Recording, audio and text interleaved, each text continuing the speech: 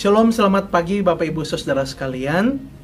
Kita bersyukur kita dapat berjumpa kembali dalam inspirasi pagi hari ini. Sebelum kita bersama-sama merenungkan kebenaran firman Tuhan, mari kita berdoa. Tuhan Yesus, kami bersyukur di mana hari yang baru Tuhan berikan lagi kepada kami untuk kami menjalaninya.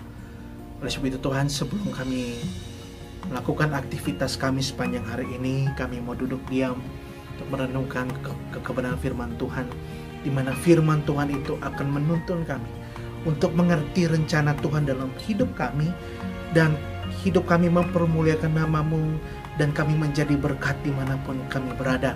Tolong hamba-Mu Tuhan Yesus yang terbatas ini, biarlah apa yang disampaikan semuanya berasal dari Tuhan Yesus saja. Terima kasih Bapa. Haleluya. Amin.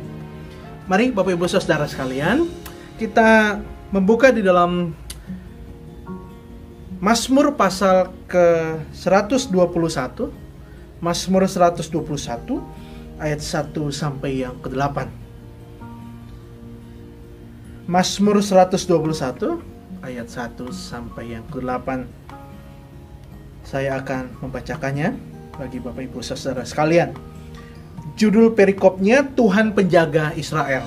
Nyanyian ziarah. Aku melayangkan mataku ke gunung-gunung, dari manakah akan datang pertolonganku? Pertolonganku ialah dari Tuhan yang menjadikan langit dan bumi.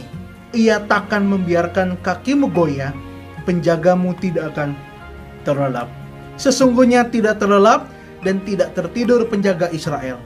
Tuhanlah penjagamu, Tuhanlah naunganmu. Di sebelah tangan kananmu, matahari tidak menyakiti engkau pada waktu siang, atau bulan pada waktu malam. Tuhan akan menjaga engkau terhadap segala kecelakaan. Ia akan menjaga nyawamu. Tuhan akan menjaga keluar masukmu dari sekarang sampai selama-lamanya. Bapak Ibu Saudara, tema yang saya berikan pada pagi hari ini ialah hanya Tuhan penolong dan penjagaku. Kalau dilihat dari tema ini, jelas bahwa ini menjadi kesimpulan, menjadi konklusi bahwa hanya Tuhan saja penolong dan penjagaku. Ada penolong yang lain? Ada Bapak Saudara, tapi terbatas.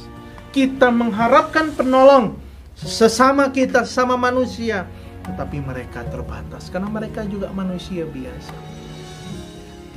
Mereka tidak memiliki kuasa yang besar, ya, saudara. Walaupun mereka memiliki jabatan, tapi ingat, ya, mereka juga bisa mengecewakan kita. Jadi tema ini jelas bahwa hanya Tuhan penolong dan penjagaku. Bapak Saudara, kalau kita melihat dalam pasal 121 ini adalah bentuk nyanyian ziarah, di mana ziarah ini yaitu memperingati atau mengingat pertolongan Tuhan. Jadi Saudara, bangsa Israel, ya, kalau kita melihat di dalam Ulangan pasal 16 ayat yang ke-16, ya, bahwa 3 kali setahun mereka harus datang ke hadirat Tuhan, ke bait suci, Saudara, untuk memperingati pertolongan Tuhan yang ajaib, ya Bapak Saudara, ya. Oleh sebab itu, bangsa Israel, suku-suku yang tersebar, ya, di wilayah yang tidak semua ada di Yerusalem, mereka tersebar sampai ke bagian utara, Bapak Saudara. Mereka harus datang ke selatan, ke Yerusalem, Saudara. Mereka melewati tempat-tempat yang sunyi, tempat-tempat yang berbahaya. Oleh sebab itu, dikatakan ayat yang pertama, aku melayangkan mataku ke gunung-gunung. Bayangin di tempat yang sepi, tempat yang berbahaya, ada perampok-perampok, ya saudara. Pada zaman itu ada begal-begal, ya. Pada zaman itu tentu saja mereka tidak membawa motor, ya saudara, ya. Jadi banyak bahaya yang harus mereka lalui. Tetapi di satu sisi mereka juga ingin melihat pertolongan yang ada di sekitar mereka, ya saudara. Jadi di bagian ayat yang pertama ada 2 hal penting. Mereka merasa takut, merasa cemas. oleh keadaan sekitar, tapi mereka juga mengharapkan pertolongan yang ada. Tetapi semuanya pertolongan itu tidak ada kepastian. Makanya dikatakan ayat 1b, dari manakah akan datang pertolonganku? Dia masih bertanya. Tetapi ayat yang kedua jelas, dia mengatakan dengan yakin, pertolonganku ialah Tuhan yang menjadikan langit dan bumi. Jadi pemazmur ingin mengatakan kesimpulan dari segala hal dalam dirinya. Dia ingin mengatakan bahwa satu-satunya penolong dia hanya Tuhan yang menjadikan langit dan bumi. Jelas bahwa Tuhan yang dia sembah adalah Tuhan yang berkuasa, karena dia menciptakan langit dan bumi ini, saudara. Jadi bukan Tuhan yang main-main, bukan Tuhan yang sembarangan. Tuhan yang mempunyai kuasa yang dahsyat, saudara, yang mampu membelah air laut itu terbelah sehingga bangsa Israel dapat menjalaninya. Ya, itulah pertolongan Tuhan yang ajaib. Dan bangsa Israel sudah banyak mengalami pertolongan Tuhan. Tetapi sayangnya mereka tetap menjadi bangsa yang tegar tengkuk. Oleh sebab itu, saudara, ketika kita melihat ayat yang pertama ini satu bentuk kecemasan, ketakutan, dan mengharapkan pertolongan yang semu yang tidak pasti. Tetapi ayat yang kedua sampai yang ke-8 itu ditegaskan bahwa pertolongan adalah dari Tuhan. Ia takkan membiarkan kakimu goyah, penjagamu tidak akan terlelap. Sesungguhnya tidak terlelap dan tidak tertidur penjaga Israel. Bayangin, saudara, ketika kita tidur, kita sudah mimpi, entah di mana, saudara. Tapi ada yang menjaga kita, ada yang menolong kita. Oleh sebab itu, saudara, ada banyak orang Kristen gampang sekali putus asa ketika berhadapan dalam pergumulan hidup, karena mereka berpikir Tuhan tidak memperdulikan hidup mereka, saudara. Merasa bahwa Tuhan, saya sudah melayani Tuhan, saya sudah berdoa, tapi Tuhan kok belum tolong saya. Saudara, ini yang terjadi saat-saat ini. Ya, saudara, ya. Itu salah besar. Tidak sekalipun Tuhan meninggalkan dan membiarkan umatnya bergumul sendiri, saudara. Tuhan berkata di dalam Yesaya 46 ayat yang keempat, sampai masa tuamu aku tetap dia, dan sampai masa putih rambutmu aku menggendong kamu. Aku telah melakukannya dan mau menanggung kamu terus. Aku mau memikul kamu dan menyelamatkan kamu.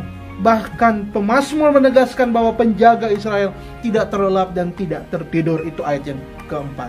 Jika Tuhan mengizinkan kita melewati masa-masa sulit, itu artinya Dia sedang melatih kita untuk bergantung penuh padanya.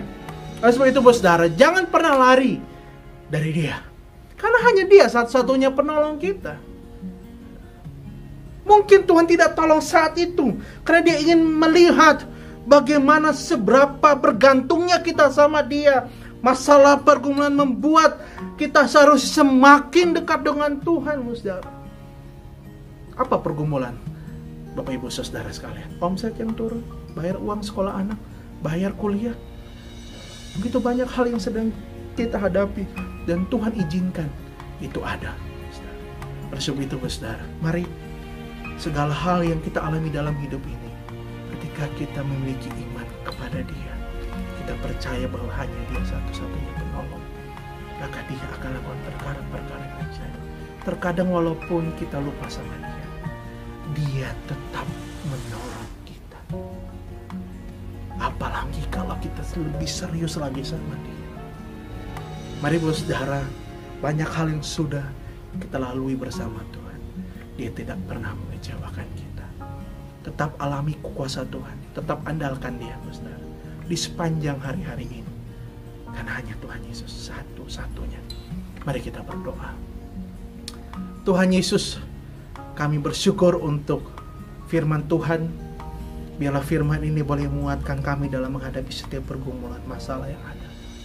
Tuhan Yesus, tolong agar kami terus bergantung sama Tuhan.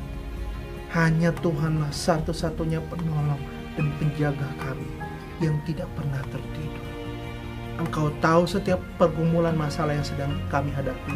Oleh sebab itu, Tuhan, tolong berikan kekuatan agar kami mampu melewatinya, Tuhan Yesus. Ajar kami dari hari ke hari untuk mengerti rencana Tuhan dalam hidup ini.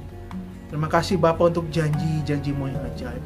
Dan kami akan pegang janji-Mu dan Engkau pasti menepatinya. Terima kasih Bapa, ini doa kami. Sertai kami sepanjang hari ini. Haleluya. Amin. Tuhan Yesus memberkati.